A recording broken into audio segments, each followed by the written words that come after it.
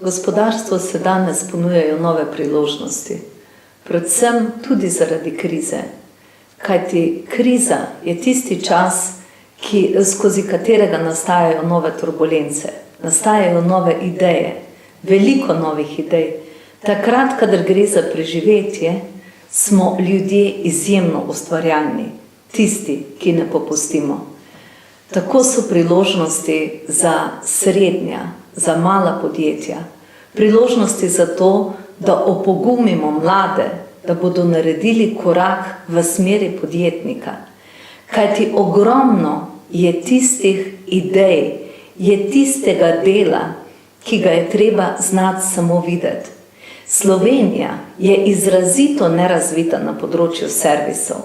Ti servisi so lahko vezani na okoljevarstvo, ki je danes izjemno atraktivna panoga, na informatiko, ne nazadnje vezani na gozdove, kajti gozdovi so naš izjemen vir, izjemen energetski vir, na alternativne vire energije, načrtovanje, kako ravnati, kako varčevati z energijo, tako pri izdelkih, kakor pri vsakdanjem življenju.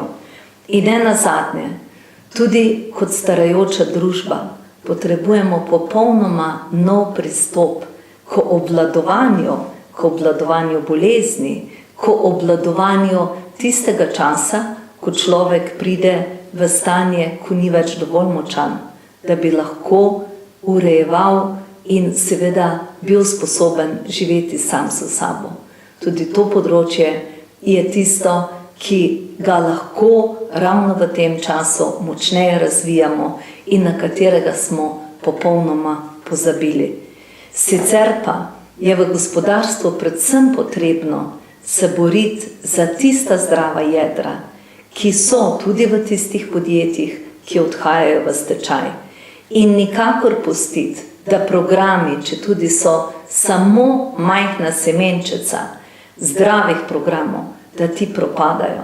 Kajti najhujše je vse graditi znova, to traja vsaj 5-krat dlje, porabi se 5-krat več energije, kot pa takrat, če imamo vsaj rdečo nit za tistim, kar je nekoč že živelo. No in vsi se borimo samo za dodano vrednost.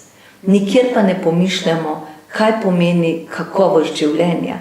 Da je vendar kakovost življenja tista, v kateri se moramo ozirati tudi takrat, ko razmišljamo o strategijah na področju gospodarstva. Da ne gre samo za masovne produkte, za masovne storitve, ampak da gre za tiste, ki koristijo človeku, ki koristijo k temu, da bomo mogoče z tem, da bomo manj črpali naravo, živeli bolje. Ali znamo razmišljati o tej smeri? Ali smo sposobni živeti na način, ki ne uporablja preveč nepotrebnih produktov, preveč nepotrebnih storitev, samo zaradi prestiža? In ali smo sposobni se tako pri delu, kot sicer v življenju, bolj vračati k naravi?